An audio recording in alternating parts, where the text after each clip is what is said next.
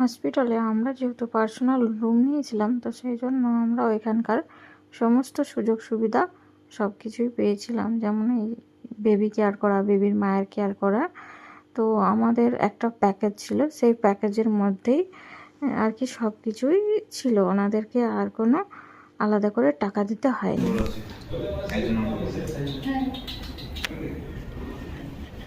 ঘুমাবি না? উঠো। বাচ্চার হাতে কত টাইম লাগছে জানিস? তো হবে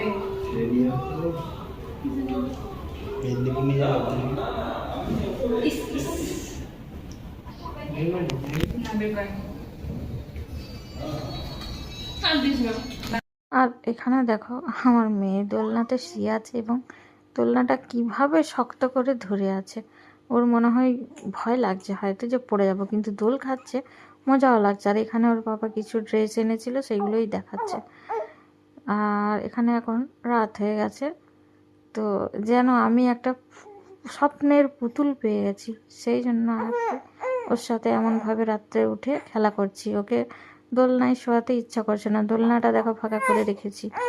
আর ওইদিকে আমার শাশুড়ি মা শুয়ে আছে। যেটা আর কি বলছিলাম, ওইখানকার নার্স, ডক্টর, যত সবাই আছে সব টাইম টাইম এসে খাইয়ে দিয়ে যাচ্ছিলেন বাচ্চাকে, আমারও কেয়ার নিচ্ছিলেন, সমস্ত কিছু জিজ্ঞেস করে যাচ্ছিলেন ওরা।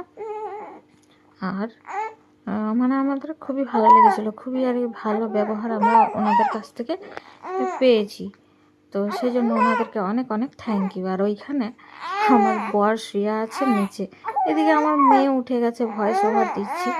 তো এখনকার মতো টাটা।